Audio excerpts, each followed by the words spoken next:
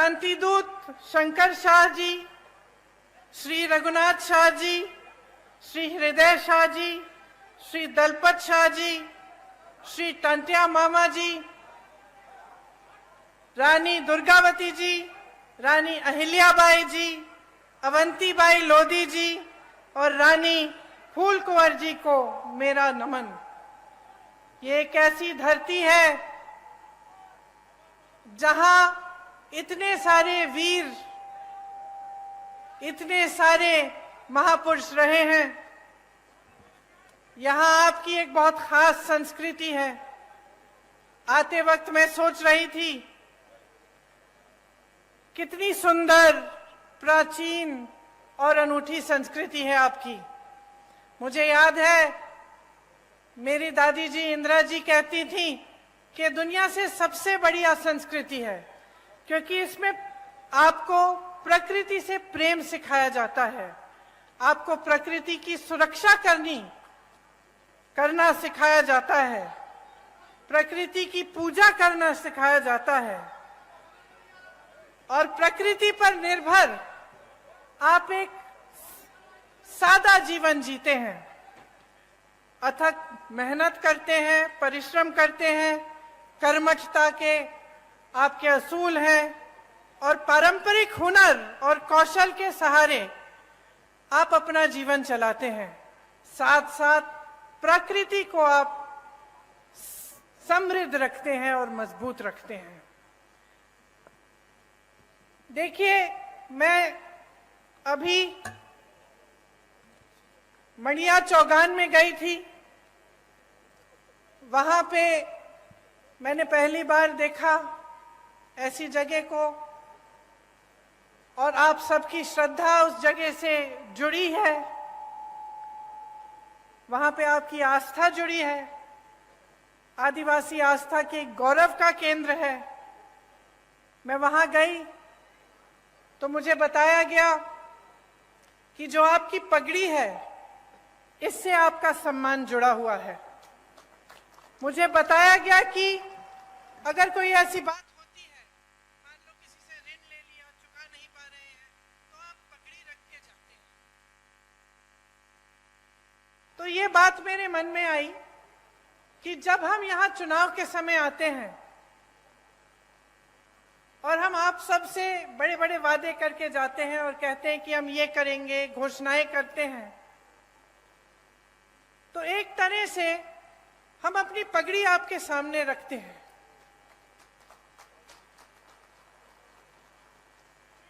हम ये बात कर रहे हैं कि अगर हम ये नहीं पूरा करेंगे जो हम पाते यहाँ पे आपके सामने हम कर रहे हैं, तो हमारा सम्मान जाएगा। तो आज इसी भावना से मैं आपके सामने खड़ी हूं। आपने, कई वक्ताओं ने इंदिरा जी की बात की। इंदिरा जी मेरी दादी तो थी, लेकिन जैसे आपने कहा, आपने उनको इंदिरा माता कहा। शायद जो बुजुर्ग हैं उनको याद भी होगा उनके बारे में। तो आप सब अगर आज यहाँ मेरी बातों को सुनने आए हैं, तो उसमें ये बात भी है कि मैं उनकी पोती हूँ, मेरी शक्ल थोड़ी बहुत उनसे मिलती जुलती है, तो मुझे देखने के लिए आप आए हैं, मैं जानती हूँ। लेकिन एक बहुत गहरी बात भी है, जो सिर्फ मेरी शक्ल उनकी पोती होने के नाते नहीं है, और वो गहरी बात ये है कि आपको इंदिरा जी में भरोसा था। भरोसा इसलिए था क्योंकि इंदिरा जी ने आपके लिए काम करके दिखाया। आप उनको माता कहते थे, तो इसलिए कहते थे कि आपकी श्रद्धा उनसे भी जुड़ी हुई थी। और मेरे लिए ये एक बहुत बड़ी जिम्मेदारी है, एक बहुत बड़ी जिम्मेदारी है कि आज मैं यहाँ आपके सामने खड़ी हूँ। आपने मेरी दादी जी को माता जी माना, और मैं यहाँ खड़े होकर आपके सामने कुछ बातें कर रही हूँ।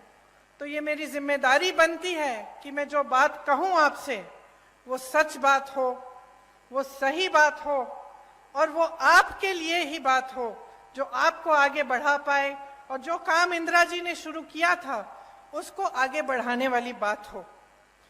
आपको याद होगा कि इंदिरा जी ने आपको पट्टे दिलवाए थे, याद है कि नहीं? याद है। किस भावना से दिलवाए? इसी भावना से दिलवाए कि ये आपकी जमीन है, ये आपका सम्मान है, ये आपसे जुड़ी हुई बातें हैं और आपको पूरी तरह से की शक्ति आपके हाथों में मिलनी चाहिए।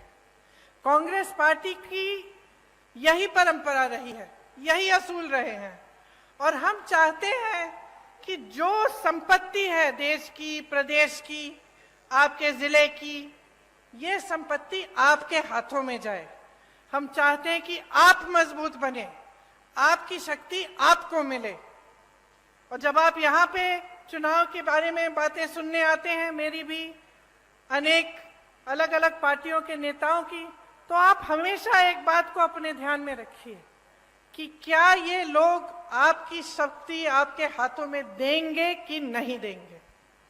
अब कांग्रेस की जो परंपरा रही है उसको आप देखिए। आपके लिए वन अधिकार का कानून लाया गया ताकि वन पर सबसे पहले आपका अधिकार बने, क्योंकि यही आपकी मूल संस्कृति रही है और एक तरह से मनुष्यता की मूल संस्कृति रही है। तो इसको बचाने के लिए और मजबूत पर करने के लिए आपको वन का अधिकार दिया गया था। जो भी नेता यहाँ आता है, मैं जानती हूं ये 3 शब्द बोल के जरूर जाता होगा, जल, जंगल और जमीन, है कि नहीं? बोलते हैं ना। लेकिन इसके नीचे क्या अर्थ है, इसको समझना बहुत जरूरी है। क्या नेता गहराई से बोल रहा है या आपके सामने एक जुमला बना के छोड़ दिया है? आपको मालूम होगा कि कांग्रेस की सरकार ने आपको ये वन अधिकार दिलाकर जल, जंगल और जमीन पर आपको अपना अधिकार लौटाया। मनरेगा लाए, मनरेगा से ग्रामीण रोजगार बने। जो पलायन की बात कमलनाथ जी ने की, पलायन किस लिए होता है? पलायन इसलिए होता है जब ग्रामीण रोजगार नहीं बनता, जब आपके इलाके में, आपके गांव में, आपके जिले में रोजगार नहीं मिलता, तभी तो बच्चा सोचता है कि घर छोड़ के बड़ी शहर में नौकरी ढूंढेगा, क्योंकि यहाँ नहीं मिल रही है। तो मनरेगा किस लिए बनाया गया था? आपको मजबूत बनाने के लिए, ताकि आपको रोजगार गांव में मिले, ताकि आपको पलायन करना नहीं पड़े। आज पलायन बहुत बड़ी समस्या है यहाँ की। भोजन का अधिकार का कानून मिला आपको, इससे आपके बच्चों को जो भोजन का अधिकार है वो दिया गया कि सरकार की जिम्मेदारी बनती है कि आपको भोजन मिलना है। पंचायत व्यवस्था को कांग्रेस की सरकारों ने मजबूत किया। जो पैसा पंचायत को आना चाहिए था वो आया। पंचायत में जो निर्णय लेने चाहिए थे कि आपके यहाँ कुछ काम कराना है या कोई समस्या है उसको सुलझाने के लिए, वो पंचायत में ही लिया जाए, ये कांग्रेस की सोच थी। इन सब चीजों से आपके हाथ मजबूत हुए। अब आप अगर देखें तो जितने भी अधिकार कांग्रेस ने आपको दिए और जो जो काम आपकी मजबूती के लिए किए, जब भाजपा आई तो एक एक करके ये अधिकार आपसे छीने गए। आज सरपंचों को की अधिकार में कटौती है, आप सब जानते होंगे। मनरेगा को लागू ही नहीं किया, पलायन और बढ़ गया है क्योंकि गांव में रोजगार नहीं मिल रहा है।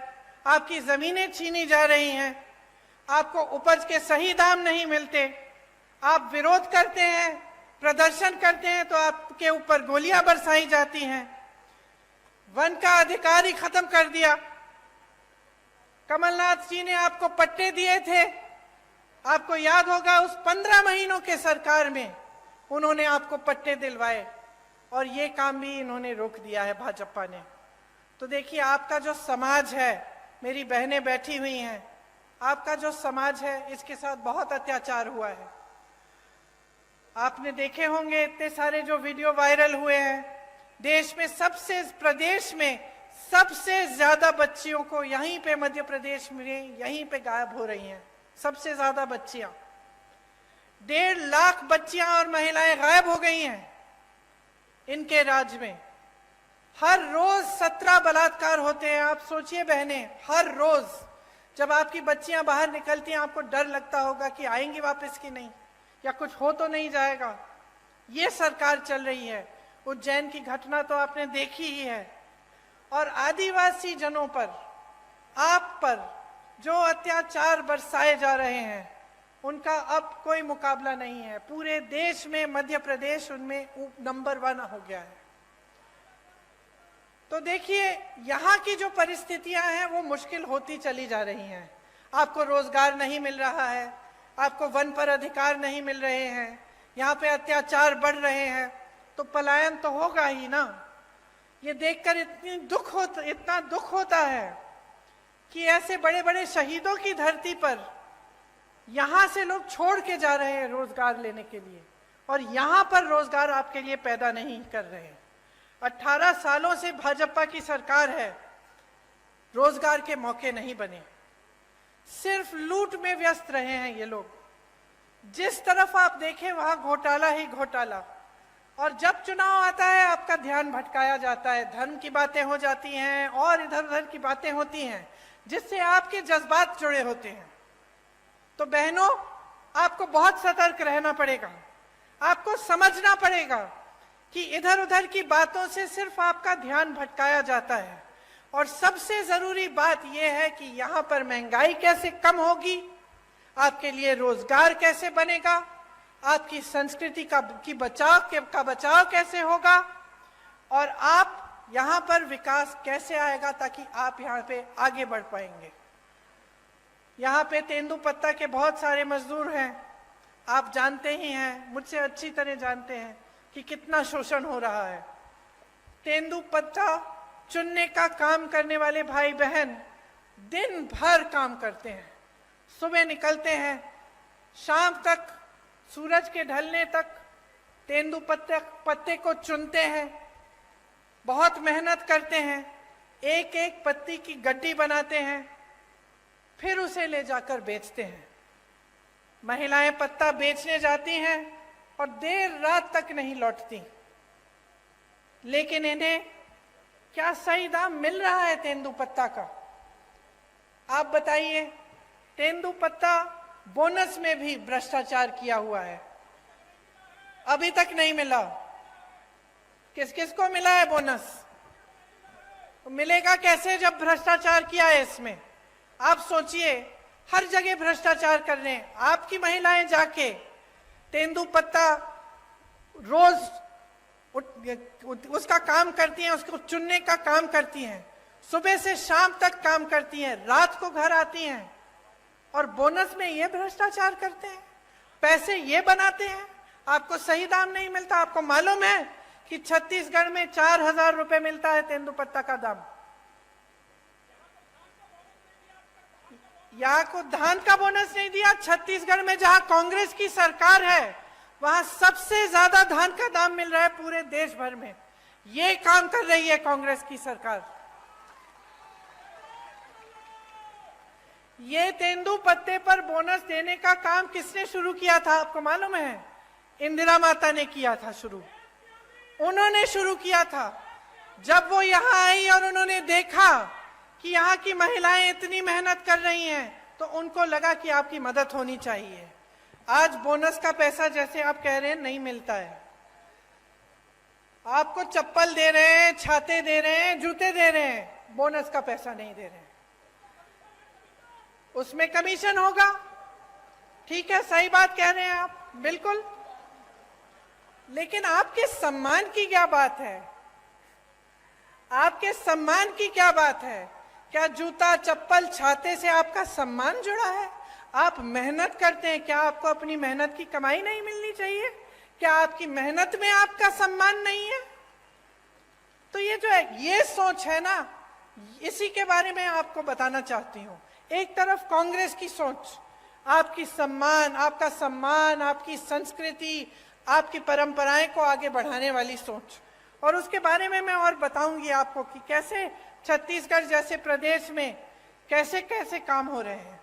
और दूसरी तरफ भाजपा की सोच जो है कि जब आप सत्ता में हैं कुछ नहीं करें, जनता को आगे बढ़ाने का काम नहीं करें, भ्रष्टाचार करते जाएं, जहां पे आपको मौका मिला वहां हाथ मार लिया, पैसे लूट लिए, काम नहीं किया, चुनाव आने का समय आया, 18 साल से जो आपने काम नहीं किया वो चुनाव के 18 दिन पहले आप शुरू कर लेते हैं। ये घोषणा करेंगे महिलाओं के लिए, आदिवासी जनों के लिए घोषणा करेंगे, कोई और घोषणा कर देंगे बच्चों के लिए, युवाओं के लिए। लेकिन जब आप 18 साल से आपकी सरकार है, जब आप सत्ता में हैं और आप थे, तो आपने क्यों नहीं किया ये काम, ये मैं पूछना चाहती हूँ। और मैं चाहती हूँ कि आप सबका ध्यान इसी तरफ आकर्षित हो। आपको आपकी सम्मान की कमाई मिलनी चाहिए। ये जो इन्होंने चप्पल, जूते, छातों की बात की है ना, इसको बंद कराइए। देखिए, थोक में खरीदते हैं, आपको एक जोड़ी चप्पल पकड़ा देते हैं, आपका कौन सा साइज है नहीं है वो भी नहीं मालूम, ऐसे ही पकड़ा देते हैं और सोचते हैं कि ये चप्पल, ये जूते, ये छाते आपको पकड़ाने से आप चुप हो जाएंगे और अपना बोनस नहीं मांगेंगे। इतना भी आदर नहीं करते आपकी मेहनत का। ये आपकी मेहनत की कमाई है, आपका अधिकार है। आपको बोनस मिलना चाहिए और आपको तेंदुपत्ता का सही दाम मिलना चाहिए। अब मैंने छत्तीसगढ़ की बात की, मैंने छत्तीसगढ़ की इसलिए बात की, बहनों सुन लो, क्योंकि छत्तीसगढ़ में कांग्रेस की सरकार है। अभी अभी कुछ दिनों पहले मैं बस्तर गई थी, जहां पे आपकी तरह, यहाँ की तरह आदिवासी संस्कृति है, आदिवासी बहन भाई रहते हैं। तो वहां जो कांग्रेस की सरकार है, सबसे पहले तो आज के दिन तेंदुपत्ता के लिए वहां पे 4,000 रुपए मिल रहे हैं पर बोरा, प्रति बोरा।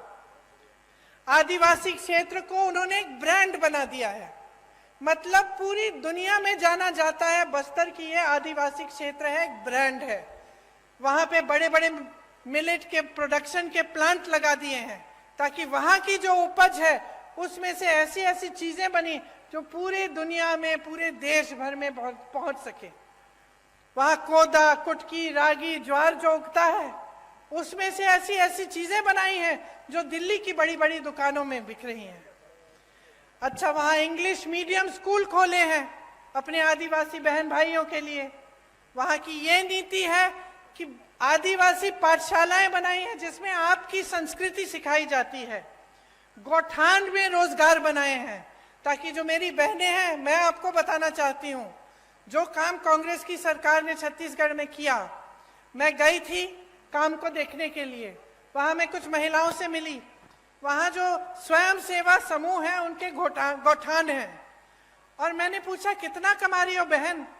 पता है क्या जवाब मिला? 1 लाख से 6 लाख रुपए बहनें कमा रही हैं गौठान चला के। तो क्या आप नहीं चाहेंगे कि आपके प्रदेश में भी एक ऐसी सरकार आए जो आपको समझे और ये समझे कि आपकी जरूरतें क्या है? गौठान बनाएंगे या इसमें से हम कैसे कैसे काम करा सकते हैं, कहाँ कहाँ रोजगार पैदा हो सकता है बहनों के लिए, भाइयों के लिए, कैसे ऐसे वन के उपज हैं जिनको हम आगे बढ़ा सकते हैं। आपको पता नहीं होगा, छत्तीसगढ़ में 60 से ज्यादा वन उपज को समर्थन मूल्य दिया जाता है, मतलब कि उसका दाम आपको मिलता है। यहाँ तो आपको एक तेंदुपत्ता का नहीं मिल रहा है, वहां 67 वन उपज के लिए आपको सही दाम मिलता है। तो आप सोचिए कि अगर आप सही सरकार चुनते हैं और आप सही पार्टी को वोट देते हैं, जिसके नेता आपको गुमराह करने के लिए काम नहीं करते, आपको आगे बढ़ाने के लिए काम करते हैं, तो कितनी तरक्की आ सकती है आपके जीवन में। आप में हुनर है, हमारी बहनें गुलदस्ता बनाती हो,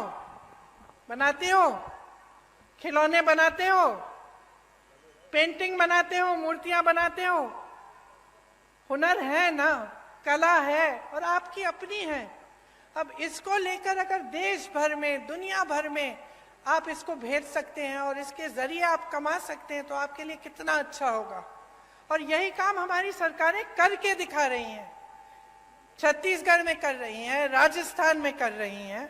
आपका सम्मान देश भर, दुनिया भर में फैलता है और बनता है। यहाँ भी हम चाहते हैं कि अगर सरकार आएगी तो ये एक घोषणा है कि मैं करने जा रही हूँ कि तेंदुपत्ता के लिए प्रति बोरा 4,000 रुपए यहाँ पे भी आपको दिलवाया जाएगा। और जैसे छत्तीसगढ़ में पेशा कानून लागू किया है, उस तरह से यहां पे भी पेशा कानून लागू होगा। आपने तो देखा होगा कि आज मध्य प्रदेश में कैसी सरकार चल रही है। मेरे ख्याल से 225 महीनों की सरकार है और 250 घोटाले हैं। 18 साल से सरकार चल रही है, 22,000 घोषणाएं की हैं। मंडला जबलपुर की जो सड़क है 10 साल से बन रही है, 10 साल से।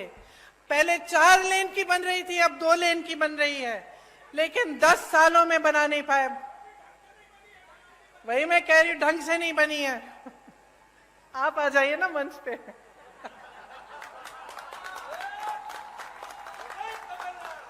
मुझे बताते रहिए।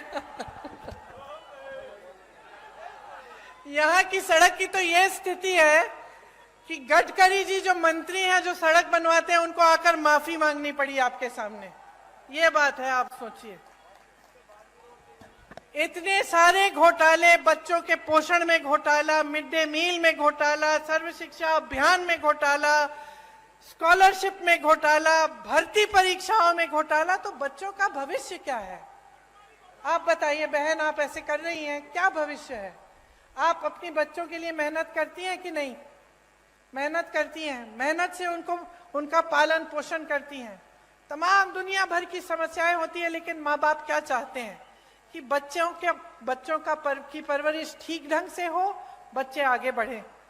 लेकिन आपको अंधकार ही अंधकार दिख रहा है। जब आपके स्कूल में पोषण पर घोटाला हो रहा है, जब स्कॉलरशिप पे घोटाला है, जब भर्ती की परीक्षाओं में घोटाला है, तो बेचारा नौजवान करे क्या?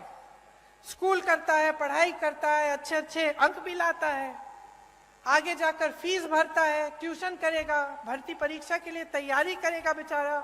माँ बाप कभी कभी घर से बाहर भी भेज देते हैं, दूर कहीं पे ट्यूशन सेंटर में, किसी शहर के अंदर की, जा बेटा पढ़ ले, अच्छा भविष्य बनेगा। और फिर क्या होता है? उसमें घोटाला हो जाता है, हर स्तर पर घोटाला। तो बेचारा परीक्षा देता है, परीक्षा में पास भी हो जाता है, लेकिन नियुक्ति नहीं होती, क्योंकि घोटाला हो जाता है, सब कुछ बंद हो जाता है। तो जब अगली पीढ़ी, आने वाली पीढ़ी के लिए भी कुछ भविष्य में दिख नहीं रहा है, उम्मीद ही नहीं रही, तो आगे कैसे बढ़ पाओगे? आपका विकास कैसे हो पाएगा? सबसे बड़ा व्यापम का जो घोटाला हुआ यहाँ, पता नहीं कितने लोग मर गए उसमें, किसी ने इंक्वायरी, जांच तक भी नहीं कराई, और वही सरकार चली जा रही है, चली जा रही है। मां नर्मदा पे घोटाला, महाकाल में घोटाला, मंदिर में जो मूर्तियां लगाई हैं उस पर भी घोटाला। तो थक नहीं गए हो आप? थक गए हो? थक गए हो ना? क्योंकि आखिर देखिए, जो नेता होते हैं, राजनीति में आते हैं, किस लिए आते हैं? ज्यादातर तो ये भावना रख के आते हैं कि कुछ सेवा करेंगे, आपको आगे बढ़ाएंगे, और आपको भी उनसे कुछ उम्मीद रहती है कि ठीक है, ये मेरे गांव का एक नेता है और मेरे करेगा, है कि नहीं? लेकिन जब आपको दिखता है कि चाहे कुछ भी मंच पे आकर कुछ भी कह रहे हैं, आपको कुछ भी कहानियां सुना रहे हैं, लेकिन सच्चाई इनकी कुछ और है। जब आपको दिख रहा है कि सालों से, 10 सालों से आपकी सड़क नहीं बन पा रही है, जब आपको दिख रहा है कि यहाँ नर्मदा मैया में घोटाला हो रहा है, आपके बच्चे आगे बढ़ नहीं पा रहे हैं, यहाँ से पलायन करके चले जा रहे हैं बड़े बड़े शहरों में भटकते हुए नौकरी ढूंढने के लिए, तो क्या आप नहीं सोचते कि बहुत हो गया है, कि अब सरकार बदलने का समय आ गया है? जिन्होंने भ्रष्टाचार किया है उनको सबक सिखाने का समय आ गया है, और एक ऐसी सरकार लाने का समय आ गया है जो आपके लिए काम करे।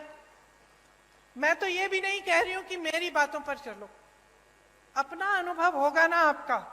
अब आप बताओ, आपके जीवन में तरक्की आई है क्या इन सालों में?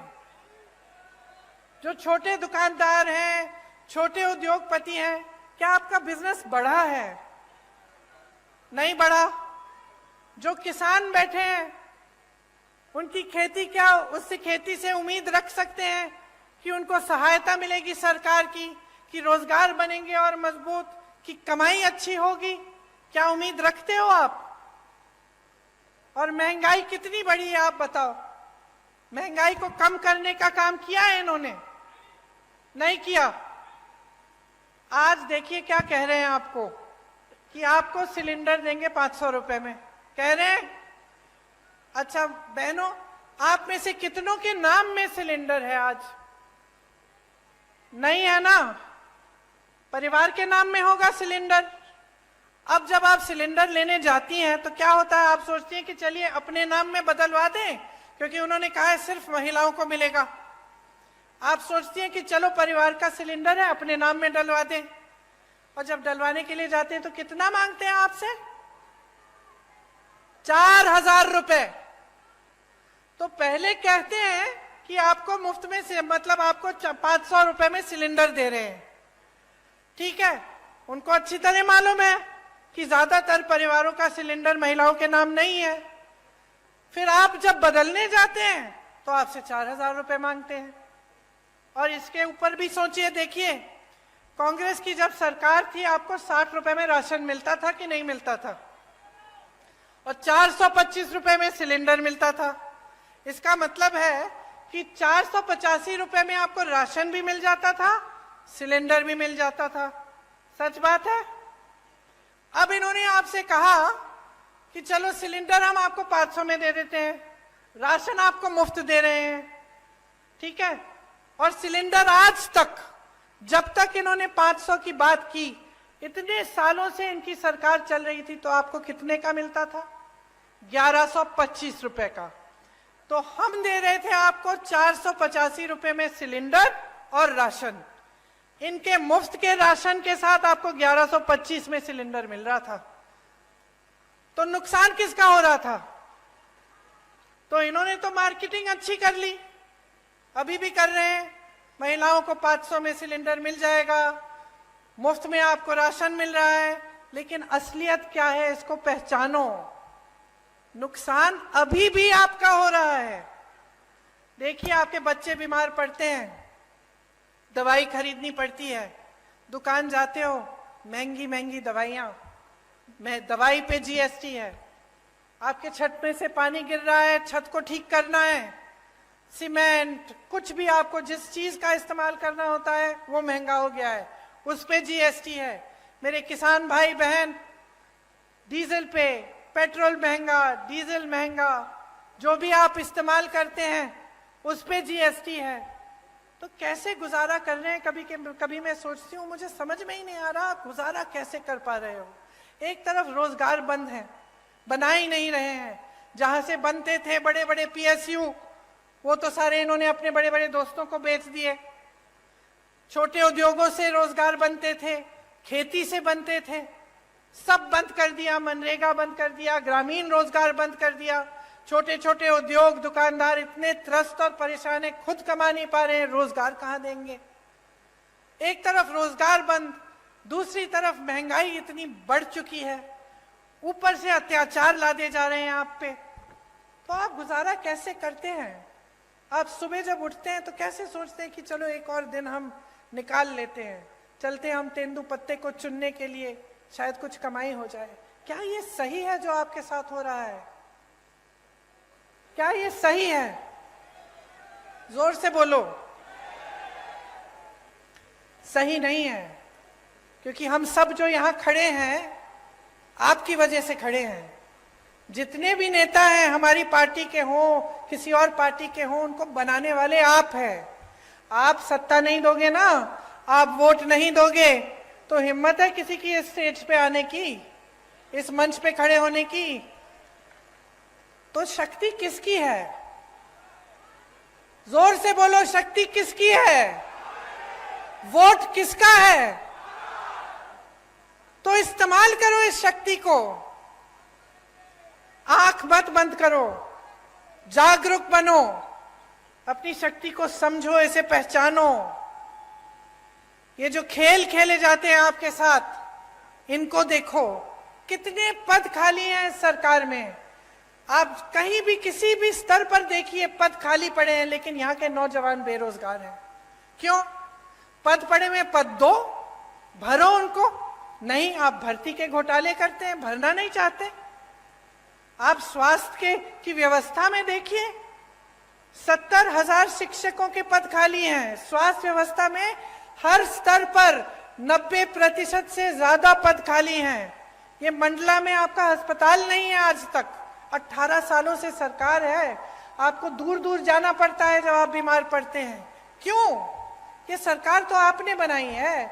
जैसे मैंने कहा, सत्ता आपने दी है, वोट आपका था, तो अब जिम्मेदारी भी तो आपकी बनती है। मैंने कहा, मैं इंदिरा जी की पोती हूं, एक बहुत बड़ी जिम्मेदारी है कि मैं आपके सामने सच बोलूं, कि मैं जो बातें करूं वो बातें करके भूल न जाऊं। लेकिन आपकी भी बहुत बड़ी जिम्मेदारी है। आपके भी पूर्वज इस देश के लिए शहीद हुए। जब मैं यहां आई, जब मैंने अपना भाषण शुरू किया, तो कितने नाम लिए। ये किसके पूर्वज थे? आपके पूर्वज। इन्होंने इस देश के लिए, आपकी धरती के लिए लड़ाई की, आजादी की लड़ाई लड़ी। तो उनके प्रति भी आपकी जिम्मेदारी बनती है ना, अपनी संस्कृति, अपनी परंपराओं के प्रति। और सबसे बड़ी जिम्मेदारी क्या है कि आप ऐसी सरकार चुने जो आपके देश प्रदेश में विकास लाए और आपके लिए दिन रात काम करे। अगर यहाँ अस्पताल नहीं है तो इनकी हिम्मत नहीं होनी चाहिए थी आपके सामने आने की, कि 18 साल से सरकार चला रहे हैं, 10 सालों से सड़क नहीं बना पाए, 18 सालों से यहाँ अस्पताल नहीं बना पाए। आज पूरे प्रदेश में सीएचसी में एक भी आंख का डॉक्टर नहीं है। जब आंख की बीमारी होती है कहाँ जाते हो? प्राइवेट में जाना पड़ता है। ठीक है, जाओ प्राइवेट में, लेकिन पैसे ही नहीं कमा रहे हो, कमाने के मौके नहीं मिल रहे हैं, कमाई नहीं हो रही है, महंगाई बढ़ रही है, तो कहाँ प्राइवेट में जाओगे इलाज कराने के लिए? किसी ने सोची है ये बातें? तो ये देखिए, अगर एक सही सरकार होती है, उसकी सही नियत होती है, तो बहुत कुछ हो सकता है। आपने सुना होगा, राजस्थान के किसी भी राजस्थान के वासी से पूछिए, वहां चिरंजीवी योजना है, कांग्रेस की सरकार है। चिरंजीवी योजना में 25 लाख तक आपका इलाज मुफ्त सरकार कराती है। मैं तो हार्ट पेशेंट से मिली हूं वहां, कि उनकी पूरी हार्ट की सर्जरी, दिल की सर्जरी की है, और सरकार ने पूरे पैसे भरे उसके लिए, 15 लाख रुपए। इसी तरह से छत्तीसगढ़ में भी ऐसी योजनाएं हैं जिससे इलाज मुफ्त हो रहा है। मैं एक बच्चे से मिली, उसको एक खून की बीमारी थी, उसके पिताजी हाथ जोड़ के कह रहे थे कि कांग्रेस की सरकार ने इसका पूरा इलाज कर दिया है। रोजगार बनाने का काम सरकार की जिम्मेदारी होती है, नौजवानों का जो भविष्य है वो सरकार की जिम्मेदारी है। आपने सुना होगा कि हम बार बार कहते हैं कि जाति जनगणना होनी चाहिए। इससे पता चलेगा कि ओबीसी के कितने लोग हैं, दलित के कितने लोग हैं, अनुसूचित जनजाति के कितने लोग हैं इस देश में। और आप सोचिए कि भाजपा की जो देश में केंद्र में सरकार है, इसके बारे में बात नहीं करना चाहती। अरे हम तो यही कह रहे हैं कि गिनती तो करो। हम ये मांग कर रहे हैं कि गिनती करो, हमें बताओ। आप सोचो, आपका बड़ा परिवार है, बड़ा घर है, बड़ा परिवार है, बहुत सारे बच्चे हैं।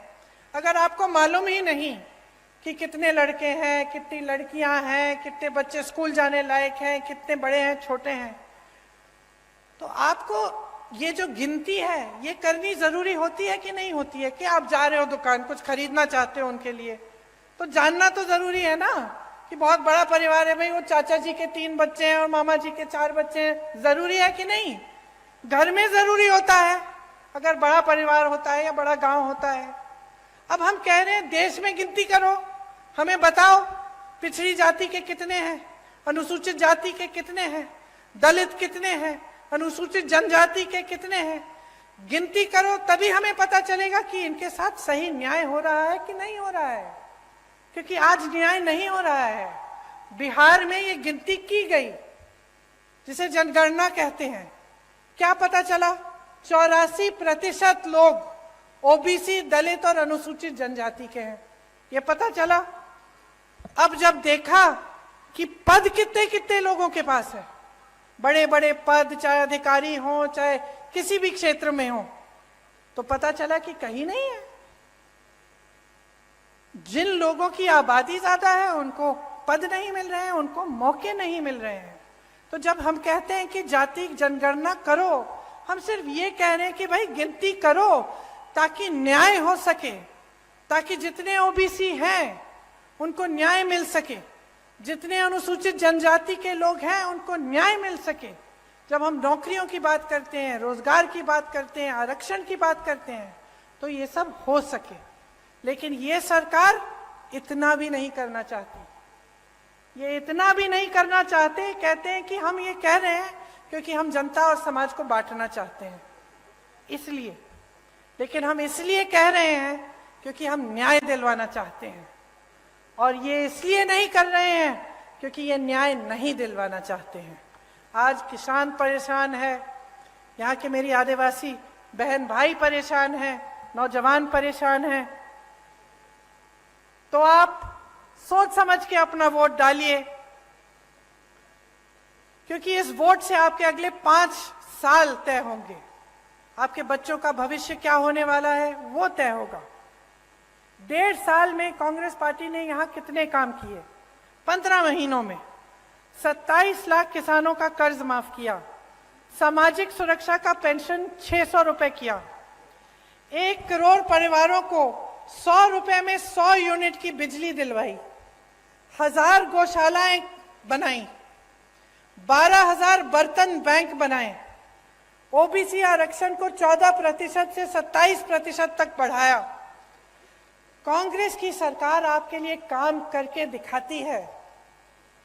आज भी आपके सामने कुछ गारंटी लाई है, इनके बारे में मैं 2 मिनट के लिए आपको बताती हूं, उसके बाद आप जा सकते हैं घर। कष्ट हो रहा है, शायद धूप भी है। देखिए, जैसे किसान को कर्ज माफ करने का काम हमने शुरू किया था, उसको हम फिर से शुरू करेंगे। तो किसानों का कर्ज माफ करेंगे। 100 रुपए में जैसे 100 यूनिट बिजली आपको पहले दिलवाई थी, वो फिर से दिलवाएंगे। 200 यूनिट की बिजली हाफ की जाएगी, बिल हाफ की जाएगी, मतलब उसकी बिल आधी आएगी। पुराना पेंशन लागू होगा। जितने भी अधिकारी हैं, सरकारी जो रोजगार होता है उसका महत्व यही होता है कि जब वो रोजगार मिलता है, वो नौकरी मिलती है, तो हमें लगता है कि चलो ठीक है, रिटायर होने के बाद भी कुछ आते रहेगा, हम सही सलामत सुरक्षित रहेंगे। आज वो भी छीना गया है आपसे। तो जहां जहां कांग्रेस सरकार में है, अभी भी ओपीएस लागू है, और हम चाहते हैं कि प्रदेश में, मध्य प्रदेश में भी लागू होगा। गैस के सिलेंडर के लिए जैसे हमने पहले कहा, आपको 500 रुपए में आपको सिलेंडर मिलेगा। महिलाओं को 1500 रुपए प्रति माह दिया जाएगा, आपके खातों में आएगा बहनें। 5 हॉर्स पावर की सिंचाई की बिजली किसानों को मुफ्त मिलेगी। ओबीसी का आरक्षण 27% तक रहेगा, और जाति जनगणना जिसकी बात मैंने की, वो गिनती जिससे आपको आगे जाकर न्याय मिल पाए, वो हम मध्य प्रदेश में करेंगे। जहां भी 50% से अधिक आदिवासी आबादी है, वहां 6ठी अनुसूची डाली जाएगी। अनुसूचित जाति और अनुसूचित जनजाति के खाली पड़े बैकलॉग पदों पर तत्काल उनको भरा जाएगा, जो पहले से खाली पड़े हैं। पीएम आवास योजना में जो शहर और देहात में आपको अलग अलग धनराशि मिलती है, तो शहर में आपको अगर घर बनाना हो या कुछ बनाना हो, वहां अलग धनराशि, गांव में आपको कम मिलती है। लेकिन सीमेंट, सरिया, बालू का दाम तो गांव में भी उतना होता है, बल्कि गांव में जब आपको ढुलाई करवानी पड़ती है, तो आपको दूर जाना पड़ता है। तो एक तरह से आपको और भी दिक्कत होती है। तो हमने तय किया है कि जो पीएम आवास योजना में जितना शहर में मिलता है, उतना ही आपको गांव में धनराशि मिलेगी। देखिए, आपने पिछले चुनाव में, अच्छा एक और घोषणा है जो अभी अभी बताई गई मुझे, इसमें बच्चों की जो शिक्षा है, पहली कक्षा से लेकर 12वीं तक स्कूल की शिक्षा निशुल्क होगी। इस योजना का नाम रखा है पढ़ो और पढ़ाओ योजना। तो ये भी एक और घोषणा है। अब देखिए, पिछले चुनाव में आपने अपना जनादेश दिया। ये जनादेश क्या था? आपने कांग्रेस की सरकार चुनी, इसको धन आदेश के दम पर बदला गया। रिश्वत दी, हमारे विधायकों को खरीद लिया, कुछ लोग छोड़ के चले गए और एक नई सरकार बनी, भाजपा की सरकार बनी। अब आपने 3.5 सालों में इनकी नीयत देख ली है। क्या कह रहे हैं?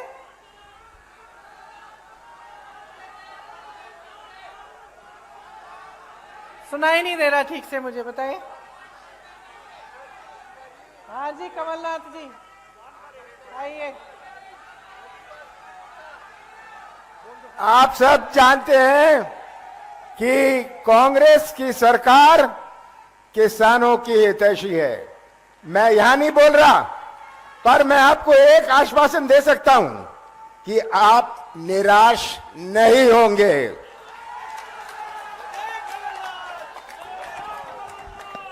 तो देखिए, सीधी सीधी बात है, अपनी सच्चाई को समझो। जो आपकी असलियत है, जो आप जी रहे हो, उसको देखो।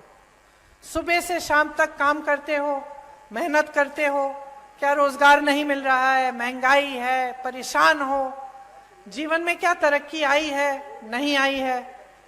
इन सबको देखते हुए अपना वोट दो।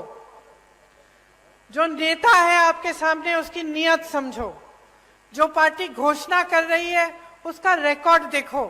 अच्छा, ये घोषणा कर रहे हैं, इनके दूसरे प्रदेशों में देखो क्या हो रहा है। मैं कह रही हूं, अगर यहाँ पे 4,000 रुपए मिलेगा तेंदुपत्ता के लिए, तो देखो छत्तीसगढ़ में मिल रहा है। अगर धान की कीमत बढ़ाई जाएगी, तो देखो छत्तीसगढ़ में सबसे ज्यादा आज मिल रही है पूरे देश में। तो ये सब बातें देखिए, मेरा मानना है कि जनता से ज्यादा किसी में विवेक नहीं है, मेरा मानना है। और मैं, कोई कुछ भी कह ले, मैं जानती हूं कि आप में विवेक है, सबसे ज्यादा अनुभव है और आप सच्चाई को अच्छी तरह से पहचानते हैं। अगर आज तक मेरी दादी इंदिरा जी को आप याद करते हैं, उनको माता कहते हैं, कि इसलिए क्योंकि आपने सच्चाई को पहचाना, आपने सही नियत को पहचाना।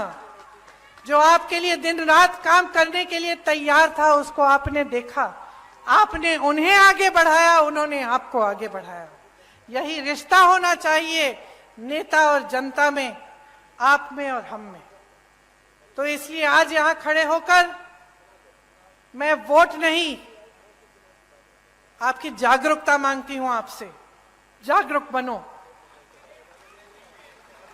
अगर आप जागरूक बनोगे तो खुद समझ में आ जाएगा कि जिस दिन मध्य प्रदेश में कांग्रेस की सरकार आएगी, उस दिन से आपके लिए काम सही मायने में शुरू होगा और आपकी प्रगति होगी। इसीलिए चुनाव के दिन मेरी बातों को भूलना मत, अच्छी तरह से याद रखना। ये जो घोषणाएं हम कर रहे हैं, ये हम ऐसे नहीं कर रहे हैं, हमने प्रदेशों में करके दिखाया है। हमारा रिकॉर्ड देखिए, हमारी नियत को पहचानिए और खूब जोर से कांग्रेस पार्टी को वोट दीजिए। भारी से भारी बहुमत से जिताइए, ताकि एक ऐसी सरकार बने जिस पर आपको गर्व हो। I said 1 to 12. 1 to 12. 1 to 8, they are giving them 500 rupees. अच्छा। 500 rupees हर साल. Come on, you say. No, you have to. अच्छा, यहाँ एक और घोषणा है कि कांग्रेस सरकार में जो ये पढ़ो और पढ़ाओ योजना है, इसके तहत कक्षा 1 से कक्षा 8 तक बच्चों को हर साल 500 रुपए दिए जाएंगे। कक्षा 9 से 10 तक 1000 रुपए दिए जाएंगे हर महीने। तो यहाँ तो हर साल लिखा है, मैं सोच ही रही थी कि भाई कैसे हर साल, हर महीने यहाँ लिखा है। ये 500 रुपए हर महीने मिलेंगे। 9 से 10 तक हर बच्चे को हर महीने 1000 रुपए मिलेंगे और 11 से 12 कक्षा में हर बच्चे को 1500 रुपए हर महीने मिलेंगे।